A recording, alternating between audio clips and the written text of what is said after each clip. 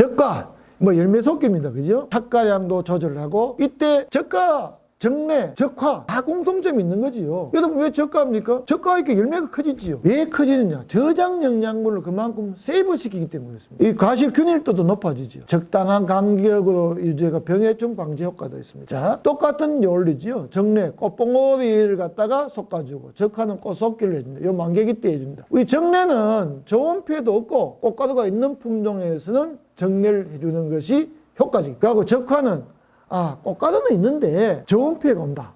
이런 쪽에서는 적화를 해주면 되겠습니다. 해놓으면 저장양분 소모가 방지되고 적과 노동력 제일 큰 거지요. 어찌 보면은 적과할 때 노동력에 비해서 정례 적화가 훨씬 쉽거든요. 해놓으면 어떻게 되냐? 대가 분포 비율이 정대되고 초기 발생엽 크기가 두꺼워진다. 신초 발육 정지가 스타트가 빨라지니까 빨리 스타트가 끝나는 거지요. 이거는 굉장히 중요한 겁니다. 그래서 열매가 더 충실해진다는 겁니다. 자, 그림을 한번 볼까요? 요 놈은 정례를 했는 기고, 요 놈은 무철입니다. 여러분, 뭐가 차이 납니까? 어떤 분들은 아주 눈이 좋은 분들은 열매가 차이 납니다. 열매는 별 차이 안 나죠, 사실. 그죠? 뭐가 차이 납니까? 이파리가 차이 나지요. 잎과 요 가지가 나오는 거죠. 스타트가 빠르다 한 거지. 그러면 빨리 멈춰집니다. 결과적으로 요 놈들도 세이브돼 갖고 저장 영양분이 많이 가가 세포 분열도 많이 하겠지만도 이 신초가 빨리 커 갖고 빨리 중지됩니다. 그래 되면은 대가 비율이 무처리보다 정례했는가 대가 비율이 더 높아진다 이 말씀입니다. 적과 시기는 보통 개화 7일 전인데 이게 개화 7일 전 가지마고 이 콩알만 했을 때 끝이 꽃봉이가 콩알만 해서 끝이 뻘그리해졌을 때 손으로 쑥 밀어줬으면 덕면부에 쑥 밀어줬으면 됩니다. 중간 지점을 봐갖고 기부 쪽, 특히 밑에 쪽은 없애주고 단가지라든지 중가지 쪽에는 중간에서 위쪽에 쪽에는 난가 놓는다 이렇게 보시면 됩니다. 적화는 만개기 때 한다. 기온이 너스리 지역에 정례를 피해야 할 시기 때 한다. 그렇습니다. 저온 피해가 있는 지역에는 적화를 하는 것이 좋습니다. 적과는 저온 피해도 있고 꽃가루가 없는 놈은 적과를 위주로 해야 됩니다. 근데 정례 적화를 했는 분들은 예비 적과 이거를 갖다 할 필요가 없지, 그지요? 결과 나중에 수정적, 정리 적과만 해주면 또 충분하고 아주 잘 할락실락한 분들은 봉지 씌우기 직전에 또 한 번 더 할 수도 있습니다. 적과 정도는 수세가 강하면은 5 내지 10% 정도 더 단다 하는 기분에서 예비 적과와 정리 적과를 해주고 수정 적과를 해줍니다. 수세가 적당하다 싶으면은 원래 생각했는 만큼 해주고 예비 적과 때는 한 1.5배고 최종 적과 때는 1.1배. 거짓말 정리 적과만 해도 수정 적과에는 이병과 요마 제거해주면 되겠습니다. 수세가 약하다. 한 5 내지 10% 적게 달아야 한 겁니다. 적게 달아야지 열매를 많이 달면은 나무가 너무 더 수세가 떨어지기 때문에 그렇습니다. 자, 봉지 씌우기입니다. 원래 봉지 씌우기는요. 심식나방 피해를 갖다 방지하기 위해서 그렇습니다. 병해충도 방지하고 이 병해충 방지 때문에 봉지를 처음에 씌웠는데 요즘은 농약이 있기 때문에 봉지 씌우는 목적이 병해충 경감보다는 외관이 수려한 가실, 즉 피부가 깨끗하고 착색이 잘 되는 또 열감을 방지하는 이런 쪽에 더 효과가 있다 이렇게 보시면 됩니다. 씌우는 시기는 6월 상순 정도 돼가 씌우고 낙가가 심한 품종이라는 이런 품종은 좀 더 늦게 해주는 것이 낫습니다. 자, 토양 검정을 여러분한테 받기를 권합니다. 어째 보면은 밭에 토양이 비옥도가 어느 정도 되냐 이걸 갖다가 아셔야 됩니다. 토양 어디서 받냐 하면요 기술센터에서 받으면 됩니다. 지표면에서 20cm 개나지 20cm 안 해도 됩니다. 표토층만 잘 제거해주고 그 밑에 흙을 갖다가 떠갖고 그늘진 곳에 말린 다음에 채로 채갖고 봉지에 담아갖고 내 품종이 수령 농가 전화부를 기입하면은 여러분이 이렇게 갖고 가면은요 바로 토양 검정을 받을 수가 있습니다. 그 담당자하고 전화를 해갖고 오늘 검사 받을 수 있다 하면 갖고 가면은 바로 해줍니다. 그래주면은 비료값도 절감되고 전적 노력비도 감소해주고 고품질 과실 정대도 됩니다. 왜 제가 이 말을 갖다 할 수 있나 하면요. 여러분들은 비옥도가 아주 토양에 많은데 비료할 필요가 없지요. 그런데 토양에 여러분은 마음껏 비료가 있는데도 또 비료한단 말이에요. 그거는 과잉이 되는 겁니다. 토양 검정을 정 하기 싫은 분들은 자가 검정을 하죠. 자가 검정은 어떻게 하나 하면요. 밭이 크면은 16등분, 가로 세로 4등분씩 해갖고 줄 쭉쭉 꺼갖고 16등분 하고 밭이 적으면은 한 9등분 정도 돼갖고 한 덩거리에 가로 세로 1m씩 가을에 호밀을 뿌리가 호밀 꼬타리가 어디에 나오는가를 한번 보십시오. 호밀 꼬타리가 무릎 정도에서 맺히면은 열매가 맺히면은 정상, 종아리에 묻히면은 부족, 허리 이상 되면은 과잉입니다. 근데 제 생각에는요, 우리 농가들 해보면은 어디에 꼬타리가 호밀 꼬타리가 맺히냐면 어깨 내지 머리에 맺혀요. 그만큼 과잉 비료가 과잉인데도 또 비료를 준다 이거지요. 그런 밭은 물만 대주면 돼요. 물만. 미끄럼 주는 시기에 물 대주고, 감사비 줄 때도 물만 대주면 돼요. 우끄럼 될 때 간수만 잘해주면 된다입니다. 여러분 밭에는 비료기가 너무나 많습니다. 자, 한번 보십시오. 가축 부산물 유기질 비료 완효성 비료입니다. 근데 여러분들이 우분을 갖다가 한번 보십시오. 우분은 톤당 7kg의 질소를 갖고 있습니다. 여러분이 1톤의 우분을 갖다가 잘 측정이 안 되면은 여러분 한 경운기가 1톤이라고 보시면 됩니다. 성목에 복숭아 성목이 300평당 복숭아 성목에 필요한 질소량은 토양 물리성이 좋은 땅은 11kg, 토양 물리성이 나쁜 경우에는 한 18kg입니다. 토양 물리성이 나쁘다고 하면은 유실이 많기 때문에 18kg입니다. 근데 실제로 우리 복숭아 농가에서 우분을 갖다가 300평당 얼마 정도냐면 5경운기 정도예요. 그러면 5, 7이 35, 오버입니다. 토양 물리성이 좋은 성목이 좋은 밭에는 11kg만 하면 되는데 11kg 같은 뭡니까? 한 경운기 반 정도면 되지요. 그러면 다 돼. 자, 또 우분을 한번 봅시다. 질소, 인상, 과리, 석회, 고토. 고토는 마그네슘이에요. 석회는 칼슘을 갖고 보시면 됩니다. 이 종합영양제예요. 종합영양제. 근데 우리 농가들은 미끄러워서 이렇게 우분도 엮고 이렇게 하시는데 이걸 갖다가 줘놔갖고 비료 안 줬다 해요. 또 건비를 또 줘요. 한번 보십시오. 다 비료 아닙니까 이거? 비료입니다. 비료. 그런데도 유박도 줍니다. 유박도 주고 또 건비도 주고 이렇게 하니까 여러분 밭에 이게 매년 축적이 돼갖고 비료가 너무 많아요. 토양 검정 안 받아보세요. 전부 오바 옵니다. 자가게 진단해 보세요. 다 허리 이상, 어깨 이런 데서 꼬타리가 맺히죠. 될 수 있으면은 개분은 주지 마세요. 개분은 질소량이 또 많아갖고 하는 것도 있지만도 석회입니다. 석회가 보십시오. 너무나 많지요. 자, 복숭아는 약산성 땅을 좋아합니다. 석회가 칼슘이 많아지면요 pH가 굉장히 올라갑니다. pH가 올라가면요 생리장애가 발생이 많아져요. 그래서 개분은 좀 삼가해 주시기 바랍니다. 돈분도 질소량이 많지, 그지요? 지금 빨갛게 나는 거는 이게 너무나 가닥한 거예요. 그래서 돈분을 하려고 하면은 완전히 반려시키고 이 양도 적게 줘야 됩니다. 옷에 소 미기는 농가들이 많아갖고 뭐 쉽게 구할 수 있으니까 돼지 미기고 뭐 농가 쉽게 구하지고 하니까 복숭아에서는 개분은 저는 권하지 않습니다. 개분은 될 수 있는데 pH가 올라가면 나무의 생리장애가 많이 발생돼 갖고 답을 잘 모를 수 있는 생리장애가 막 나와요. 그래서 돈분을 쓰더라도 양을 갖다가 좀 적게 해주십시오. 그리고 수세가 강한 거든 비료를 안 줘도 됩니다. 왜 제가 이렇게 자신 있게 말하냐면 2009년 1월 29일 날 복숭아 연구소에서 복숭아 사랑 동호회에 전정 워크숍을 했지요. 그때 우리 연구소 밭에는 5년 동안 비료를 안 줬습니다. 그냥 풀 키우고 물만 대줬어요. 그래도 열매가 아주 좋고 잘했어요. 어떤 농가들은 와갖고 그 나무 열매 달면 다 죽는다 이렇게 극단적인 말한 분도 있었지만도 그 농가가 수학기 때 와갖고 하는 말이 우리 집보다 열매도 더 좋고 더 많이 달리는데 그 비결이 뭡니까? 영양제 뭐 좋습니까? 이래 묻습니다. 복숭아는 영양제 갖고 키운 것도 비료 갖고 키운 것도 아닙니다. 우리가 지가 비료가 과해지면은 열매는 좋지 않게 되고 맛도 없어집니다. 자, 여러분 한번 생각해 보십시오. 광합성을 해갖고 놓은 탄수화물 했겠죠. 탄수화물이 곧 당입니다. 근데 여러분이 질소를 많이 줬으면 탄수화물에다 질소가 붙으면 뭡니까?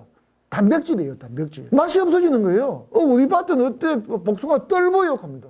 질소비도 많았다 한 거죠. 광합성이 올 게 안 됐다 한 거죠. 근데 여러분 마음은 밥 많이 주면은 건강할 거라고 생각한 거죠. 아닙니다. 그건 옛날 방식입니다. 옛날에 제가 어릴 때도 우량아 선발대회 간 게 있었어요. 그거 딴 거 없어요. 저울에다가 애들 갖다 저울 대갖고 분유회사에서 저울 애들 얹어갖고 체중 많이 나가면은 금메달 주고 막 이랬어요. 요새 신혼부부들이 애 무게 많이 나가면 좋아합니까? 몸무게 많이 나가면 좋아하는 거 아니지요. 튼튼해야 되지요. 체격이 큰 것보다 체력이 좋아야 됩니다. 그래서 여러분은 비료를 많이 줄 생각하지 말고요. 나무를 튼튼하게 해야 됩니다. 그리고 털없이 말하는데요. 이 가축 부산물은 완효성 비료입니다. 천천히 된다 강의 이걸 갖다 비도 갖고 생각 안 하는 분들이 많은데 비도 맞습니다. 보십시오. 질소, 인상, 가리, 석회, 고토 종합 비료입니다. 종합 비료. 다시 한번 말하지만도 수세가 강한 나무에는 비료를 안 줘도 됩니다. 자, 어째 보면은 복숭아 농사는요, 물 관리 농사예요. 근데 옛날에는 간수 시기가 5월 중하순 6월 6월 1차 한발기 9월 달에는 2차 한발기인데 이제는 이게 안 맞아 들어가요. 9월 달에도 태풍 오는 시기인데 뭐. 이상기후가 너무나 많아져 갖고 이게 안 맞아 들어가요. 그러면 어떻게 생각해야 되냐? 10일 동안에 뭐 10 내지 15월 가는데 다 올라가면 힘드니까 한 개만 해봅시다. 10일 동안에 누적 강우가 30mm가 안 되면은 간수해 줘야 된다. 어떻게? 사질토에는 4일마다, 양토는 7일마다, 점질토에는 9일마다 해줘야 된다. 간수당 20mm, 30mm, 35mm 여러분이 감 못 잡잖아요. 어떻게 잡아야 됩니까? 땅을 좀 파갖고 간수해 줬을 때 딱 흙을 찢을 때 우리가 송편 그 반죽하듯이 딱 해갖고 물기도 안 나오고 부서지지 않으면 되는 겁니다. 근데 이놈이 무일찍 놓는다 하면은 간수 많이 했는 거죠. 그러면 하면은 여러분 토양의 성질을 알아야 됩니다. 그리고 몇 시간 주입길에 맞더라. 물 아셔야 됩니다. 그런데 복숭아에서는요, 분소호수 여러분 쓰지 마세요. 분소호수 쓰면은 집 표면에 공기구멍을 다 막아버려요. 여러분도 물 마실 때 어떻게 마십니까? 입에 떼갖고 전부 물 한 병을 다 마십니까? 아니지요. 마시다가 좀 쉬갖고 숨을 쉬고 마시고 하지요. 근데 분소호수는요, 토양의 숨구멍을 다 막아버려요. 그래서 기분상 간수해 줬는 거죠. 찔뻑찔뻑해요. 그러면 토양에 들어가야 되잖아요. 토양에 들어가야 되는데 유실대쁘고 흘러내려가쁘고 실제로 숨구멍이 막혀갖고 안 들어간다 이거지요. 그래서 될 수 있으면은 뭐 점적 간수를 쓰는 것이 저는 권합니다. 그 점적 간수를 쓰면은 안에 들어가면은 수분이 항아리 모양으로 동그랗게 갖고 됩니다. 그래서 점적을 갖다가 저는 개인적으로 더 권합니다. 물론 뭐 미세 스프링클러 좋지요. 미세 스프링클러 그거 비싸잖아요. 또 일반 스프링클러죠. 근데 탁탁탁 치는 거는 사각이 생길 수가 있고요. 물이 안 들어간 부분이 있고 또 이 복숭아는 잎도 연약합니다. 조직이 굉장히 약해요. 그래서 일반 스프링클러 거기에다 빵구대에 맞아갖고 잎이 찢어지는 수가 있어요. 그러면 세균 구멍병이 또 올 수가 있습니다. 그래서 점적이 가장 저는 무난하다고 봅니다. 생리장애입니다. 그죠? 생리장애 원인은 여러 가지가 있습니다. 근데 가장 큰 거는 양수분의 급변입니다. 언제? 경액기. 씨가 단단해질 때, 물론 세포 분열기 때도 헤칼이 나옵니다. 그때는 씨 껍질이 아주 소프트합니다. 소프트하기 때문에 헤칼이 나오더라도 다시 붙어요. 저거 무슨 말이냐 하면요, 어린 애들은 뼈가 부러지도 잘 붙잖아요. 연세가 좀 된 분들, 30대 이상들은요, 뼈 빠지면 잘 안 붙어요. 그건 똑같은 이야기입니다.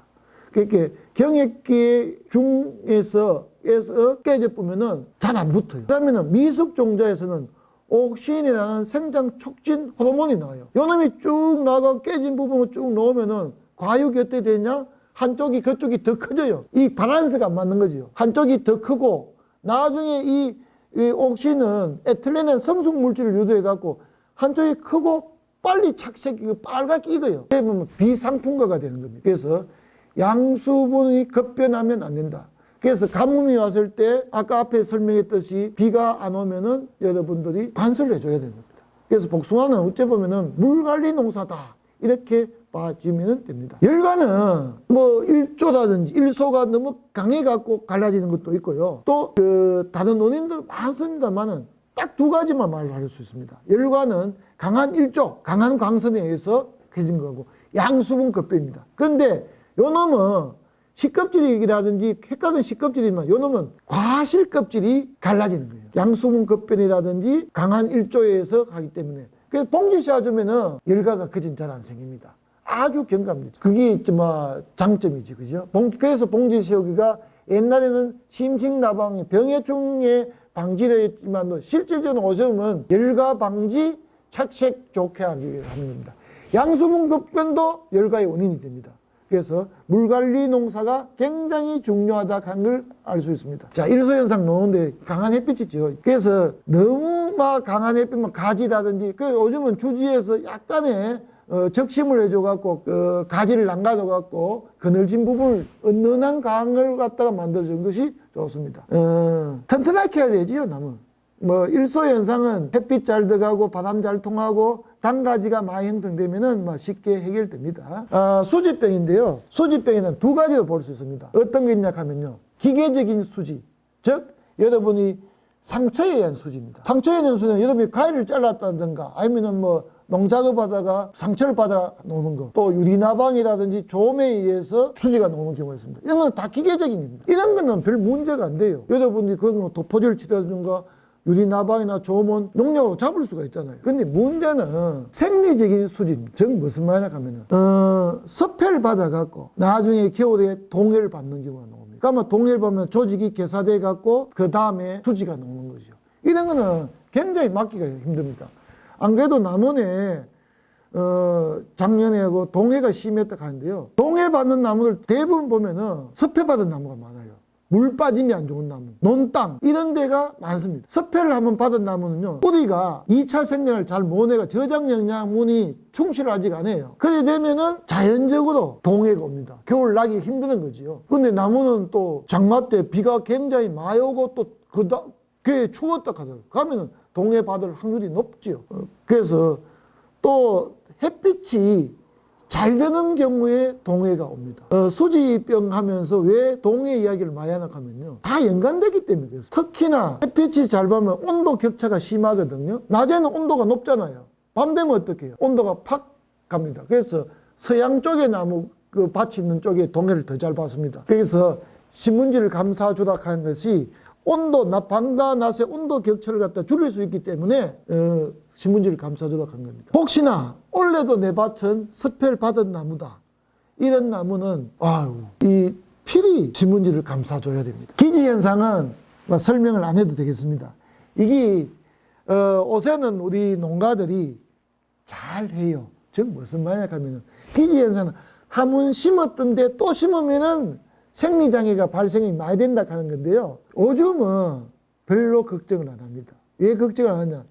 포크레인이라는 장비가 있어서 여러분이 땅도 잘 파고 객토도 잘하고 유기물도 잘 넣고 하기 때문에 선충도 실질적으로 많이 안 나와요. 이 땅을 개원할 때 여러분들이 유기물도 충분히 여가 중화를 잘 시켜갖고 기지현상 잘 안 나오더라고요. 땅이 그만큼 좋아졌다 한 거죠. 옛날에 척박할 때, 또 포크레인이 없을 때, 팍 파갈 때는 문제가 됐지만, 지금은 별로 기지현상을 현상이 보기가 어려워요. 이거 기지현상 아까 금방 했지만도 심었던데 또 심으면은 이 그 전에 심었던 나무의 뿌리에서 배설물이 뭉치지면 청산배당체가 나옵니다. 이놈이 선충들이 분해해 뿌면은 나중에 가스가 뿌리를 상하게 하는데 요즘은 별로 문제시 안 되는 걸로 여깁니다. 자, 제 강의가 여러분들이 만족하실지 모르지만 짧은 시간 동안 강의 경청해 주셔서 고맙습니다.